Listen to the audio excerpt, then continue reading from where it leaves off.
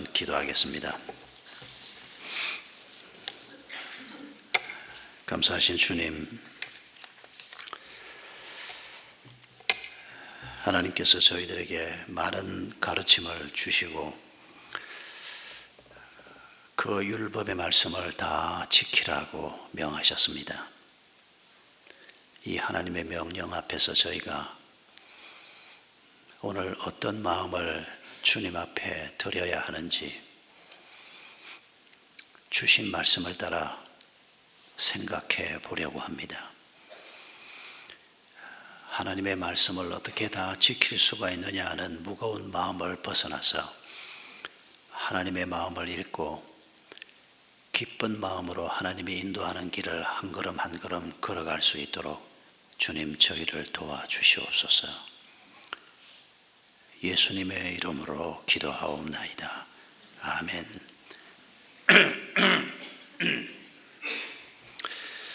모세오경에는 613개의 하라 하지 말라는 명령이 나옵니다. 그 중에서 248개는 하라는 명령이고 365개는 하지 말라는 명령입니다. 하지 말라는 걸 하면 죄가 되고 하라는 걸 하지 않으면 죄가 되는 겁니다. 유대인들은 이 가르침을 어떻게 해석을 하는가 하니까 그분들의 생각에 의하면 우리 인체 구조가 248개 부분으로 나누어져 있다는 겁니다. 이거 의사 선생님한테 제가 한번 물어봐야 되는데 물어보지 않고 그냥 유대인들이 하는 말만 제가 그냥 인용을 합니다. 실제로 어떤지는 모르겠습니다. 그러니까 우리 몸 전체가 248개로 나누어져 있고 이게 전부 조립이 돼서 우리 몸을 지금 형성하는데, 그래서 248개 하라는 명령은 우리 몸을 의미하고 365라고 하는 숫자는 365일, 1년을 의미한다. 그래서 우리 몸으로 매일 365일 하루도 빠짐없이 하나님의 말씀을 좇아서 믿음의 길을 걸어갈 것이라는 의미로 해석을 하기도 한답니다. 여러분, 이 모세오경의 마지막 책이 신명기입니다. 창세기, 출애굽기, 레위기, 민수기, 신명기, 그리고 이제 광야 40년이 끝나가고 우리가 읽은 27장은 이제 신명기도 이제 후반 부분으로 넘어가고 있는데, 모세는 지금 지도자들과 함께 가나안 땅으로 들어가는 이 새로운 세대를 향해서 많은 말씀을 지금 하나님이 주셨고 그걸 가르쳤고, 그리고 이제 또다시 너희는 이 모든 명령을 다 지키라 라고 말합니다. 여러분, 그때 이스라엘 백성들의 마음이 어땠을까요? 또 이 말씀을 듣는 오늘 우리의 마음은 어떻습니까? 너희는 이 명령을 다 지켜라. 출애굽 제2세대는 모세오경 정도만 가지고 있었습니다. 그런데 오늘 우리는 구약에 남은 책도 있고 신약까지 받아서 모세오경보다 책 두께가 한 너댓 배는 더 두꺼워졌습니다. 이 하나님이 우리에게 주신 말씀을 다 지키라. 여러분, 이 말씀을 우리가 지금 들으면서 혹시 이런 생각이 떠오릅니까? 아니, 하나님은 어떻게 이런 말도 안 되는 명령을 하시나? 그걸 어떻게 다 지키라고 이 수많은 말씀을 다 지켜 행하라고 말씀하시나? 우리가 이걸 지킬 수 없다는 걸 뻔히 알면서 이걸 지키라고 하시고, 그리고는 잘 못 지키면 이놈의 새끼들 하고 야단치려고 하나님께서 도끼 눈을 뜨고 있는 그런 하나님이 혹시 우리에게 연상된다면 우리는 너무 하나님을 모르는 사람입니다. 하나님을 잔소리꾼처럼 생각하고, 그래서 사춘기 아이들, 특히 중1, 중2쯤 되는 사춘기 아이들이 엄마 아빠가 하는 말을 잔소리로만 느끼고 엄마 아빠하고는 말도 하기 싫어하고, 그 엄마 아빠가 사랑으로 하는 말, 엄마 아빠의 마음을 느끼지 못하고, 물론 그게 아이들이 특별한 시기를 통과할 때 누구나 다 그걸 경험합니다만은, 그런데 우리가 사춘기를 통과하는 아이처럼 하나님에 대해서도 하나님이 하시는 말씀을 그저 잔소리 같이만 느낀다. 우리가 이 자리에서 빨리 벗어나야 합니다. 그 자리에 머물러 서 있으면 우리의 삶이 피폐해지기 때문입니다. 여러분, 이 하나님의 말씀을 우리가 조금 다르게 이렇게 한번 생각해 보십시오. 내가 너희에게 말하는 이 명령을 다 지켜서 이 세상에서 가장 행복한 사람이 되어라. 여러분, 그냥 잔소리꾼의 얘기가 아닙니다. 그냥 못 지키면 벌이나 주려고 서 있는 심술구전 영감님 같은 그런 마음으로 하나님이 이 말씀을 하고 있는 게 아닙니다. 내가 너희에게 말한 이 모든 명령을 다 지켜서 이 세상에서 가장 빛나는 존재가 되어라. 여러분, 그게 모세오경에 흐르고 있는, 아니 성경 전체에 흐르고 있는 자기 백성을 향한 하나님의 마음입니다. 이런 하나님의 마음이 바로 직설적으로 드러난 표현이 바로 신명기 28장 1절 같은 귀절입니다. 내가 너에게 명한 이 모든 말을 다 지키면 내가 너희를 모든 민족 위에 뛰어나게 하겠다. 신명기 10장 13절에서 내가 너희에게 이 모든 말씀을 주는 것은 너희의 행복을 위해서다. 그래서 여러분, 우리가 하나님께서 이 모든 말씀을 다 지키라라고 말씀할 때 이걸 왕부담으로 이런 말을 맨날 듣고 살아야 되나? 이건 여러분, 우리가 아주 잘못 생각하는 겁니다. 이런 마음을 가지고 인생길을 걸어가면 결국 우리 인생은 하나님이 약속하신 축복과 상관없는 나 혼자 힘으로 내가 좋아하는 방법으로 아둥바둥하다가 내 인생이 망가질 대로 망가지는 이런 경험을 하게 될 것입니다. 그러나 하나님께서 주신 이 말씀을 붙들고 그 약속 속에 담겨 있는 하나님의 마음을 느끼면서 우리가 이 길을 걸어간다면 여러분, 우리의 삶은 하나님이 약속한 모든 민족 위에 뛰어난 사람이 되고 이 땅에서 가장 행복한 자가 되고 가장 만족하는 자가 되는 그 삶에 우리가 점점 근접해 갈 수 있을 것입니다. 지난 한 주간 우리가 읽은 말씀, 또 특히 오늘 본문 말씀을 중심해서 어떻게 우리가 이 믿음의 길을 갈 수 있을까? 오늘 본문에서 먼저 우리에게 말씀하는 것은 하나님의 말씀을 분명하고 정확하게 기록해서 모든 사람이 보게 해라 라고 말씀하고 있습니다. 1절로 3절에서 너희가 가나안 땅에 들어가면 큰 돌들을 세우고 그 위에 석회를 바르고 그리고 그 위에 하나님의 말씀을 기록해라. 이 율법의 모든 말씀을 그 위에 기록하라. 그리고 4절에는 또 이렇게 말합니다. 이 돌들을 에발산에 세우고 그 위에 석회를 바를 것이며 8절에서는 너는 율법의 이 모든 말씀을 그 돌들 위에 분명하고 정확하게 기록할지니라. 돌에다가 석회를 바르고 거기에다가 하나님의 말씀을 기록하면 얼마나 보기가 읽기가 좋겠습니까? 분명하게 하얀 바탕 위에 글씨가 검은색이었을지 무슨 색이었을지 모르지만은 확연하게 누구나 그 글씨를 읽을 수가 있었을 것입니다. 여러분, 하나님께서 우리에게 주신 명령을 바르게 이해하는 것이, 정확하게 이해하는 것이 아주 중요합니다. 신앙생활을 한다는 사람들조차도 하나님이 말씀하는 바를 제대로 이해하지 못하고 목표를 제대로 잡지 못하면 아무리 열심히 해봐야, 아무리 빨리 달려봐야 그건 결국은 하나님과 점점 더 멀어지는 결과만 됩니다. 몇 해 전에 로버트 콜스라고 하는 하버드 대학의 교수님이 고등교육신문에 지성과 성품의 불균형이라고 하는 유명한 글을 썼습니다. 이분이 그 글에서 이렇게 얘기합니다. 자기가 하버드 대학에서 오랫동안 가르쳤지만은 이 하버드 대학의 아이들, 세계에서 가장 좋다는 대학에 다니고 있는, 이 대학을 졸업하면 인생이 보장된다고 하는 이런 대학을 다니고 있지만은 너무 문제가 많다는 겁니다. 그런데 그 문제를 이 콜스 교수가 뭐라고 설명하는가 하니까 미 공군에서 초음속으로 달리는 비행기를 몰고 있는 조종사 얘기를 합니다. 그러니까 엄청 빠르지 않습니까? 그런데 이 비행기를 타고 조종사들이 앞으로 갔다가 뒤로 갔다가 위로 갔다가 아래로 갔다가 이런 회전 연습을 하는 겁니다. 그런데 꼭 1년에 한 번쯤 조종사들이 훈련 중에 착각을 일으켜서 사고가 나는 겁니다. 어떤 사고인가 하니까 자기는 분명히 뭐 앞뒤 좌우 이렇게 선회를 하다가 분명히 하늘을 향해서 난다고 생각을 하고 전속력으로 달리는데 이게 반대 방향에 서 있는 겁니다.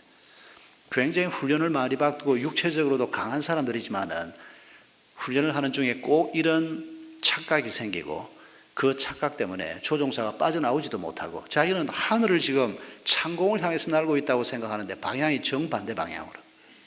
그래서 그대로 지상으로 가서 박힌다는 겁니다. 그러면 수천억 하는 어마어마한 비싼 비행기, 그리고 그 비행기보다 더 비싼 조종사 한 사람을 키우는데 비용이 보통 들어가는 게 아닙니다. 깨끗이 날아가 버린다는 겁니다. 콜스 교수가 이런 예를 들면서 하버드 대학에 와 있는 자기 제자들을 보면서 목표가 잘못되고 방향이 잘못된 수많은 아이들을 보면서 지성과 성품의 불균형, 이런 안타까운 글을 쓰고 있는 것입니다. 우리는 하버드 대학을 들어갔으면 성공했다고 얘기합니다.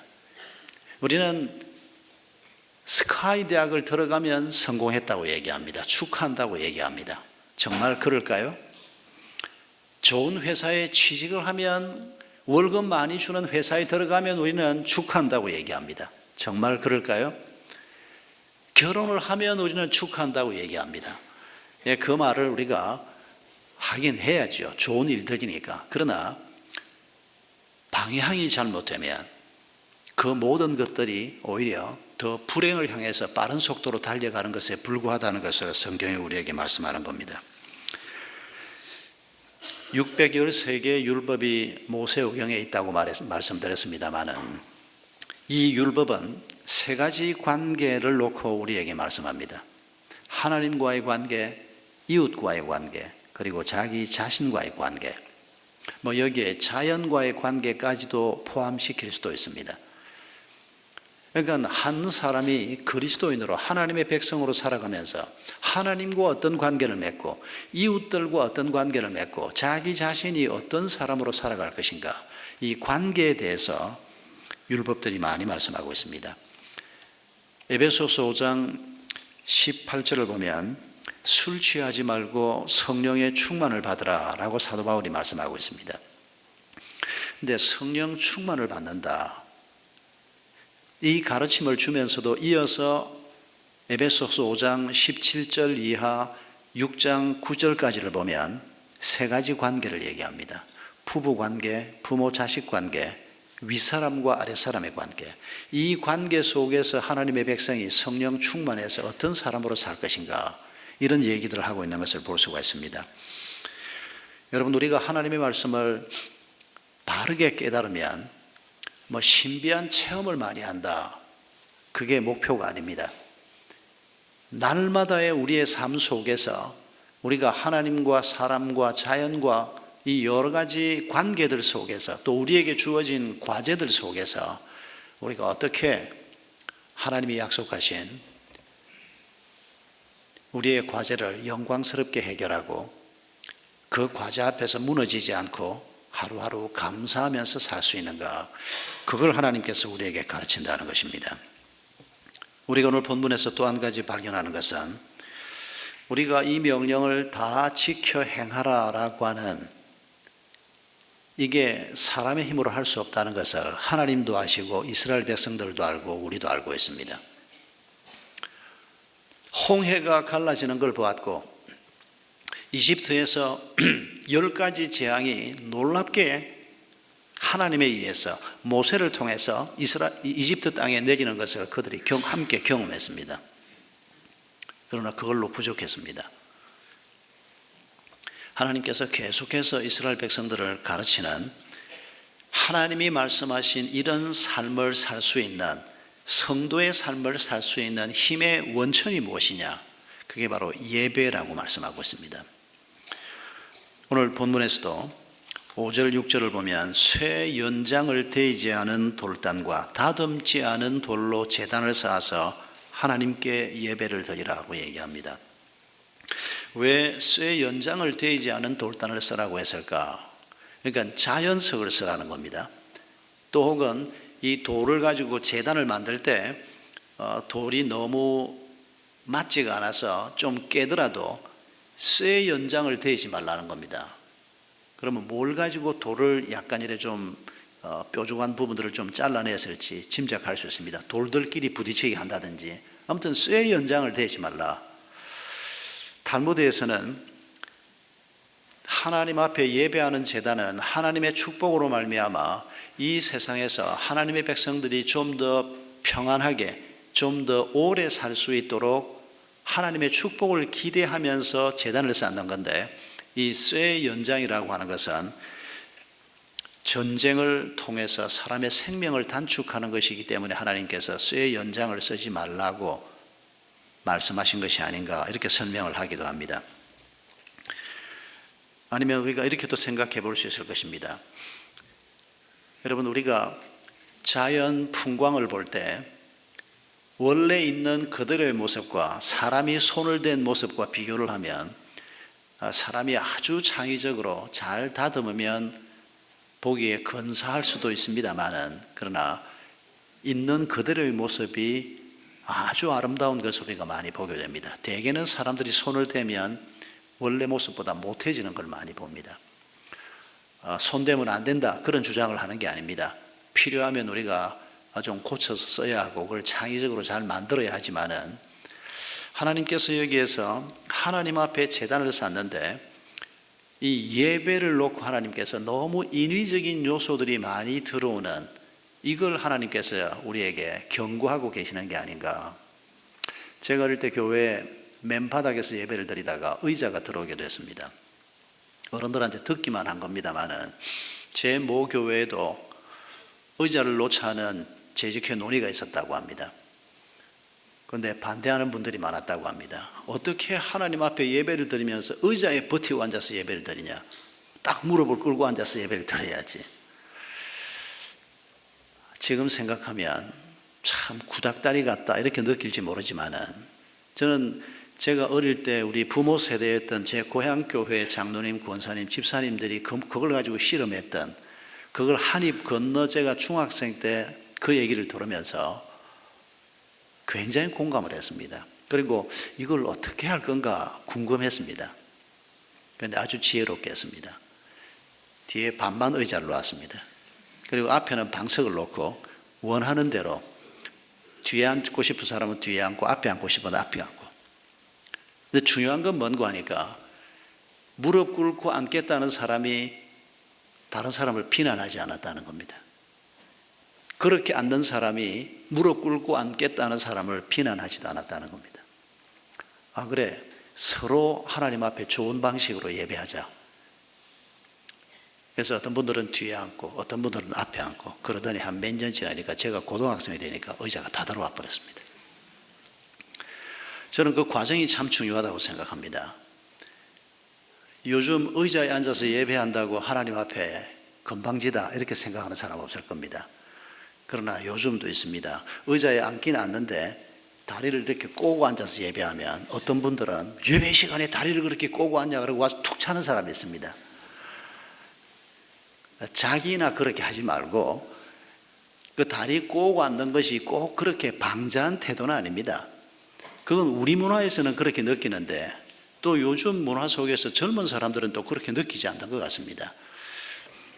그러니까 여러분, 하나님께서 우리에게 말씀하시는 의도는 하나님 앞에 우리가 예배할 때 우리의 있는 모습 그대로 하나님 앞에 나아가는, 너무 인위적인 요소들이 많이 들어가서 예배가 손상이 되는, 음악도 과하면 문제가 되고, 하여튼 그 인위적인 요소가 너무 많이 들어가는 예배가 있지 않습니까? 예배당을 꾸밀 때도 본당 안에 가능하면 우리는 예배 그 그림 같은 거 안 붙이는 걸 선호하는 전통 속에 있습니다. 그래서 좀 소박하고 담백한 그런 모습을 우리가 갖기를 원하는데, 이 인위적인 요소들 때문에 우리가 하나님 앞에 우리의 마음을 드리고 하나님께 집중하는 일에 지장이 될까? 그래서 신학교에서 배울 때도 제 양복은 되게 까만 양복입니다. 신학교에서 배울 때 그렇게 배웠기 때문입니다. 까만 양복을 예배 때는 주로 입어라. 그리고 만년필 같은 거 이런 데 꽂지 말라. 이런 거 꽂고 반짝반짝하는 게 있으면 사람들이 예배에 집중하지 못하고 자꾸 무슨 빛이 내 눈 속에 들어오니까 그래서 넥타이도 혹시 여러분은 이 넥타이가 눈에 너무 좀 거슬린다 그럴지 모르겠는데, 넥타이도 너무 눈에 띄게 하지 말고 하나님이 드러나게 하기 위해서 모든 것들을 좀 소박하게 하는 이런 전통을 가지고 있는 교회에서 훈련을 받았기 때문에 자나깨나 그냥 까만 양복을 입는 게 몸에 익숙해졌습니다. 여러분, 그 마음이 바로 하나님 앞에 돌단을 만들 때 가능하면 자연석 그대로라고 하는 가르침이 아닌가 생각이 됩니다. 여러분, 이스라엘 백성들에게 하나님께서 끊임없이 제사를 강조하지 않습니까? 아침 제사, 저녁 제사, 5가지 제사, 잘못했을 때 속죄제를 하나님 앞에 드리고, 그러니까 내가 잘못해서 하나님 앞에 제사를 드리는데 죽기는 누가 죽습니까? 하나님이 날 죽일 수가 없으니까 가난한 사람은 비둘기를 죽이게 하고, 좀 넉넉한 사람은 소를 끌고 와서 죽이게 하고, 대부분의 사람들은 양을 가지고 와서 죽입니다. 여러분, 그 속죄제를 한번 생각해 보십시오. 내가 하나님 앞에 죄를 범했습니다. 그래서 나 대신 죽어줄 양 한 마리를 끌고 성전으로 갑니다. 그러면 제단 위에다가 레위인들이 그걸 받아서 제단 위에다가 올려놓습니다. 여러분, 제단 위에 올라있는 그 양을 죽일 때 누가 죽일까요? 제사장이 죽일까요? 레위인이 죽일까요? 일 도와주는 도우미가 죽일까요? 재물을 가지고 온 내가 죽일까요? 내가 죽여야 합니다. 레위기서에 나와 있습니다. 여러분, 내가 지금 짐승을 들고 와서 하나님, 내가 죄를 범했습니다. 내 죄를 용서해 주십시오. 그리고 그 양을 내 손으로 칼로 찔러서 죽여야 합니다. 여러분, 그때 예배자가 어떤 심정이어야 한다는 겁니까? 하나님, 내가 죽어야 하는데 나 대신에 이 양의 죽음을 받아주십시오. 그걸 지가 정한 게 아닙니다. 지가 마음대로 정해서 그렇게 해봐야 용서는 받지 못합니다. 하나님께서 은혜로 우리에게 이 제사 제도를 주신 것입니다. 그러니까 잘못했을 때 그런 제물을 들고 나가서 하나님 앞에 예배하는 것이 여러분 얼마나 그에게 충격적인 사건이었을까 우리가 생각할 수 있습니다. 그런데 그런 마음 없이 양 한 마리 갖다 바치고 오면 하나님이 내 죄 씻어주시는데 이런 마음가짐은 전혀 바른 예배자의 마음이 아닌 것을 우리가 알 수가 있습니다. 이스라엘 백성들에게 하나님께서 계속 예배를 강조하는 또 다른 이유는 지금 이스라엘 백성들이 가나안 땅으로 들어가면 가나안에서 가장 강력한 신은 바알신이었습니다. 이 바알신은 토지 소산을 다스리고 물을 다스리는 신입니다. 다스린다고 믿어지는 신입니다. 그래서 가나안 7족속들이 이 바알신을 경배하는 겁니다. 그러면 그 바알신이 토지에서 나는 모든 소산을 풍성하게 하고 물을 공급해 주어서, 그러니까 건조한 지역 아닙니까? 물을 많이 공급해 주어서 부요한 삶을 살 수 있다. 7족속들이 그 바알을 섬기고 있는 겁니다. 그런데 그 땅으로 들어가는 이스라엘 백성들은 오직 여호와만 섬기라는 명령과 훈련을 받아온 사람입니다. 그 땅에 들어갔을 때 그들은 바알을 섬기고 우리는 여호와를 섬긴다. 그런데 그 여호와를 섬기는 예배를, 제사를 철저히 하나님 앞에 행해라. 이런 명령을 계속해서 받고 있는 것입니다. 여러분, 이게 단순히 종교 행위를 얘기하는 게 아닙니다. 속죄제를 드릴 때는 아까 우리가 나눈 그런 말씀처럼 번제를 드릴 때는 그 번제물은 깨끗이 불태워서 다 없애는 겁니다.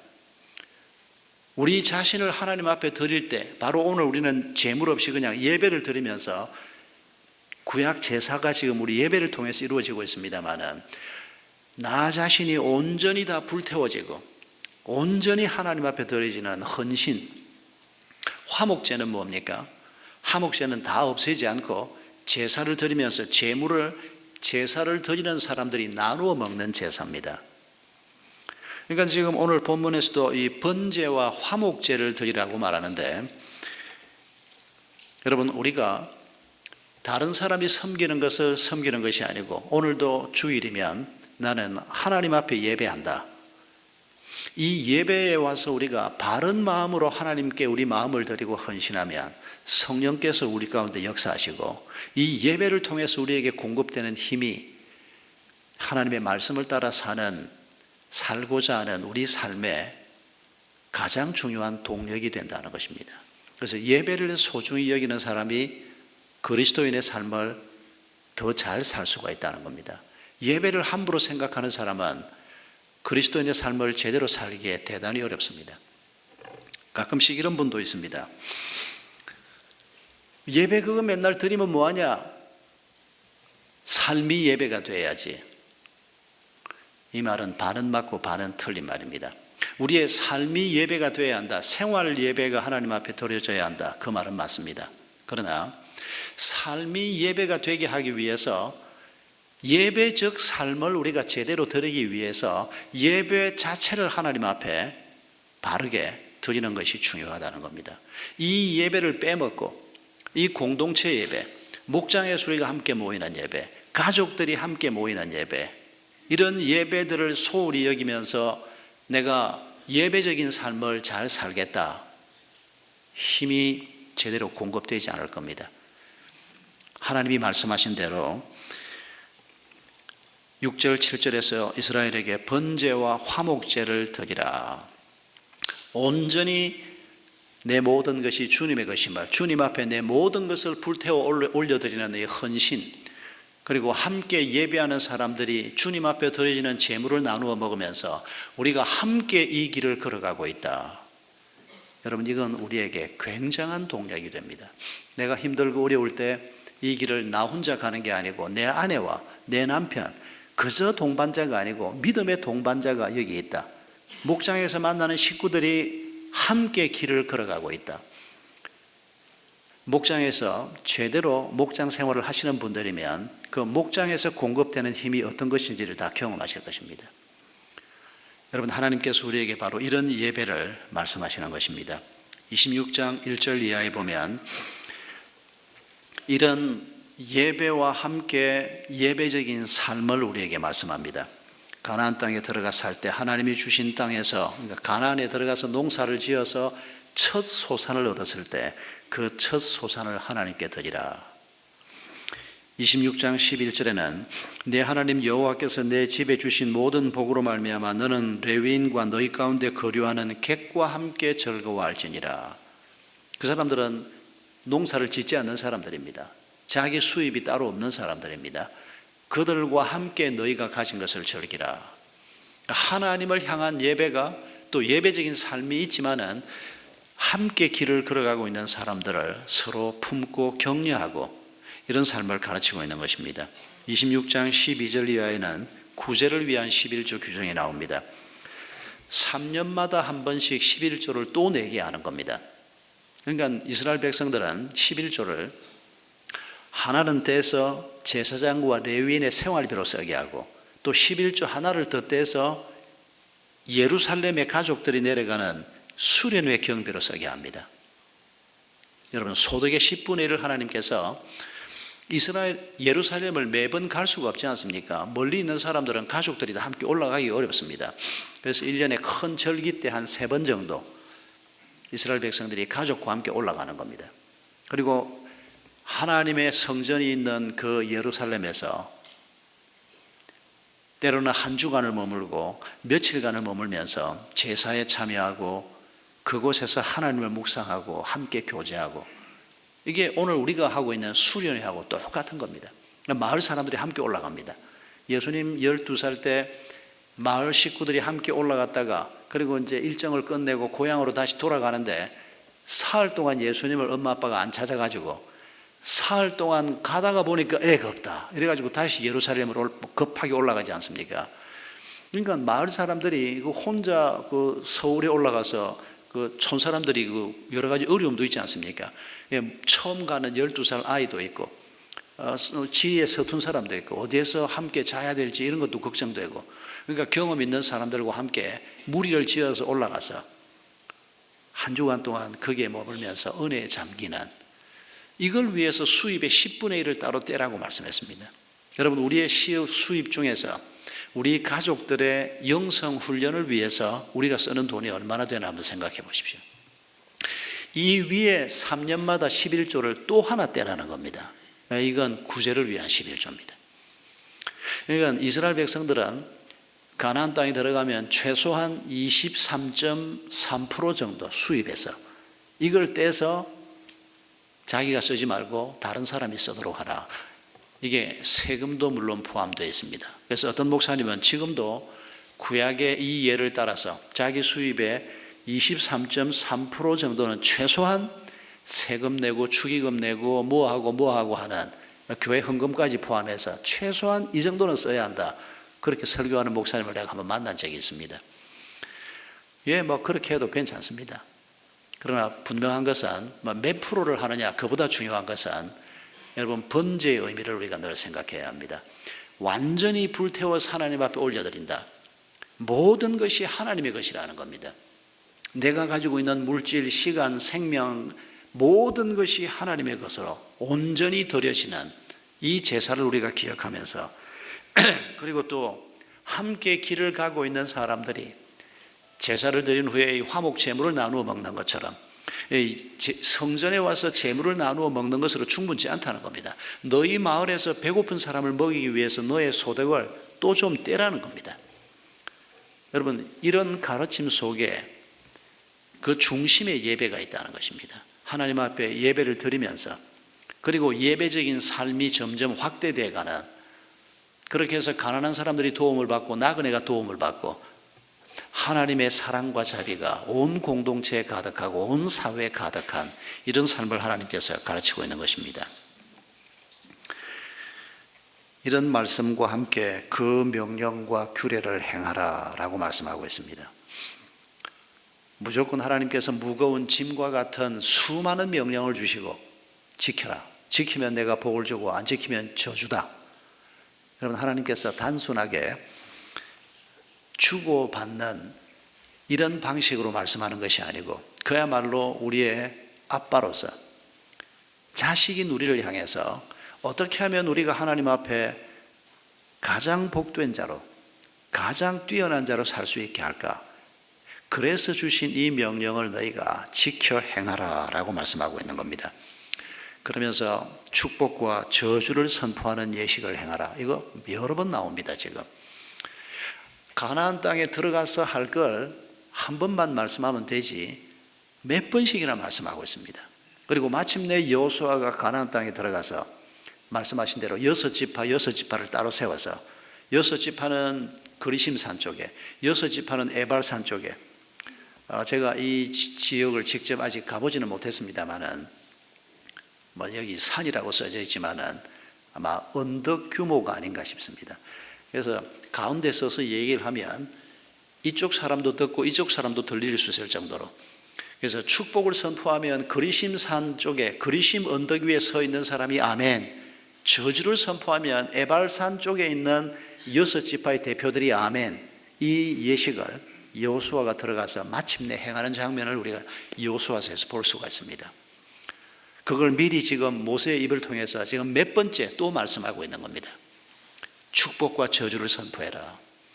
여러분, 단순한 축복과 저주가 아니고 하나님께서 우리를 이 땅에서 가장 복된 사람으로 세우기 위해서, 그리고 하나님이 명하는 이런 하나님의 은혜를 입지 못하면 이 땅에서 우리가 가장 비참한 자가 되고 마는, 그래서 예배를 우리가 생각할 때도 여러분, 이 세상에서 우리가 경험하는 가장 강력한 경험이 세상을 지으시고 우리가 아는 가장 크신 분 앞에 예배하는 경험입니다.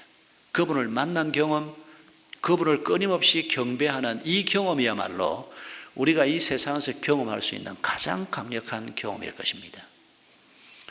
그래서 이런 경험을 우리가 예배 가운데 하나님을 만나고 하나님 앞에 올려드릴 때 하나님이 우리에게 주시는 평안과 기쁨이 우리에게 있는 것입니다. 그런데 또 가장 큰 죄는 뭔가 하니까 예배라고 하는 단어가 이마를 땅에 대고 무릎을 꿇고 어떤 분을 경배한다는 뜻 아닙니까? 당신은 나보다 크신 분입니다. 나는 당신보다 한없이 작은 분입니다. 그게 바로 예배라고 하는 단어입니다.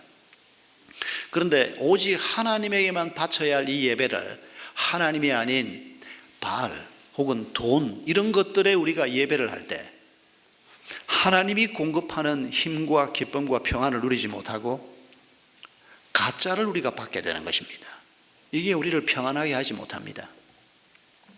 하나님께서 예배를 계속 강조하는 것은 하나님이 앉아서 우리의 예배를 받아 잡수시기 위해서 그러시는 게 아니고, 우리가 예배하지 않는다고 해서 하나님이 마음이 힘이 드시겠습니까? 우리 같은 게 예배하지 않는다고 하나님께서 심심해서 자기 일을 못 하시겠습니까?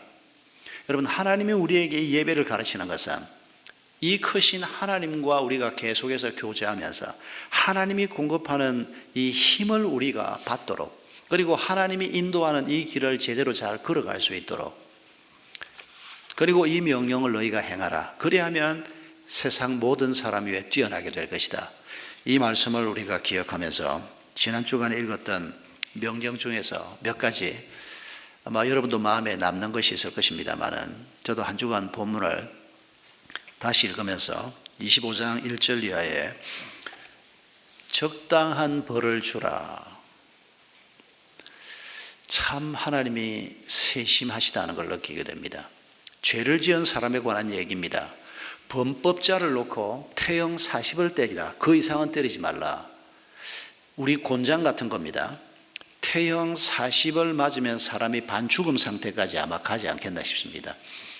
저는 태형에 해당하는 줄바따를 한 15대까지 맞아본 적이 있는데, 15대 맞아서는 죽을 정도는 아니고 반죽음도 아니고 그냥 살하고 옷하고 이렇게 붙어가지고 범벅이 된 그런 정도였는데, 만약 40대를 맞는다고 생각하면 아마 한 반죽음 상태까지 가지 않겠나 싶습니다.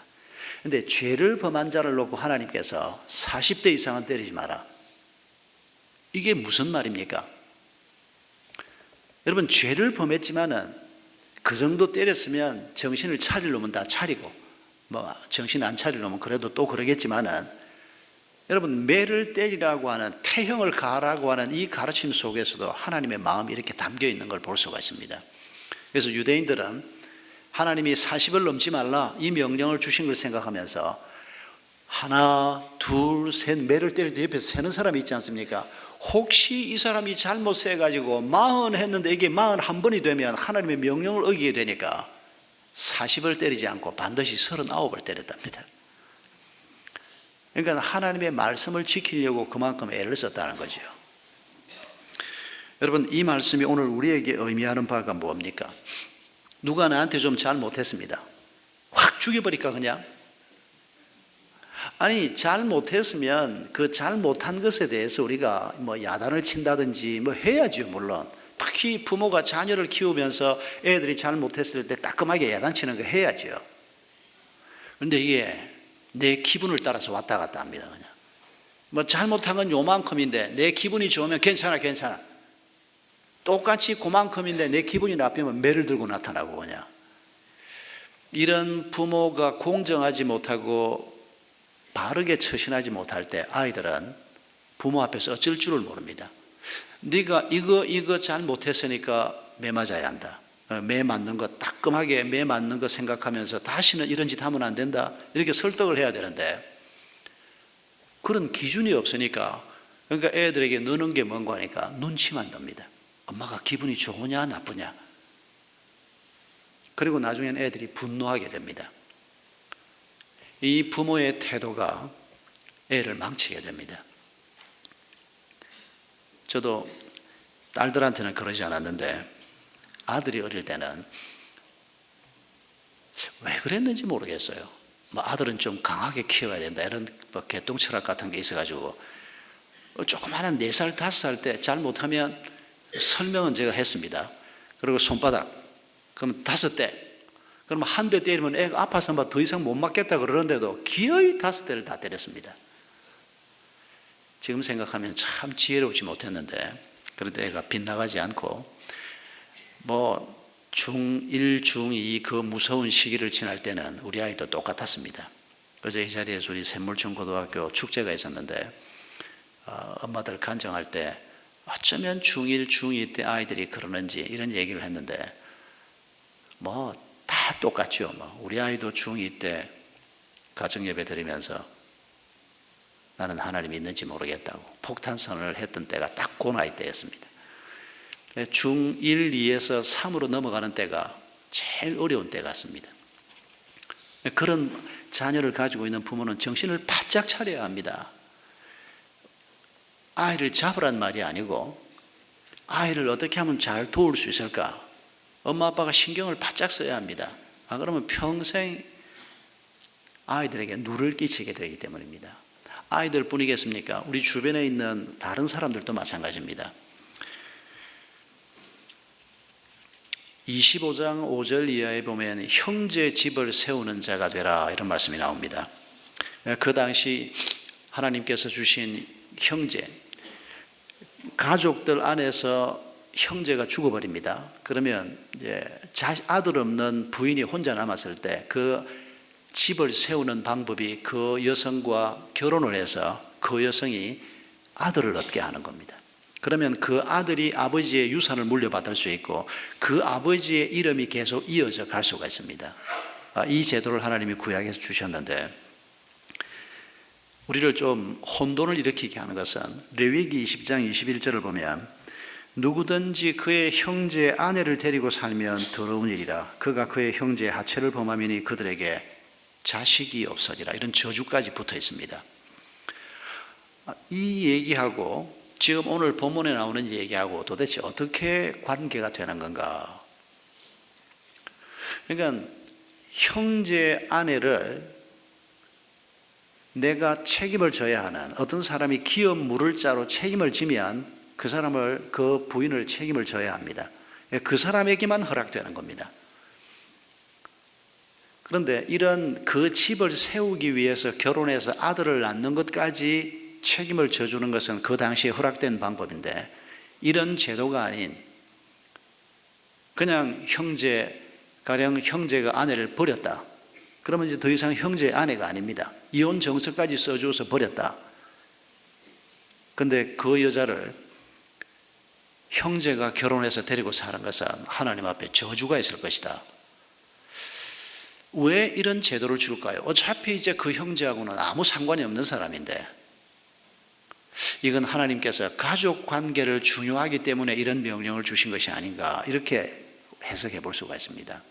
한 형제가 살지 못해서 버린 여자입니다.